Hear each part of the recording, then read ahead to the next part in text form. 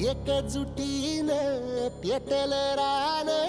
तुफान आलया काळ्या भुईच्या भेटीला हे आभाळ आलया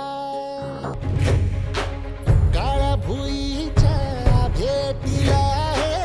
आभाळ आलया भेगाळ माय मातीच्या ह्या डोळ्यात जागली आस घेऊन हात हातामंदी घेतला लेकरांनी ध्यास लई दिसानी भारल्या वाणी शिवार झालं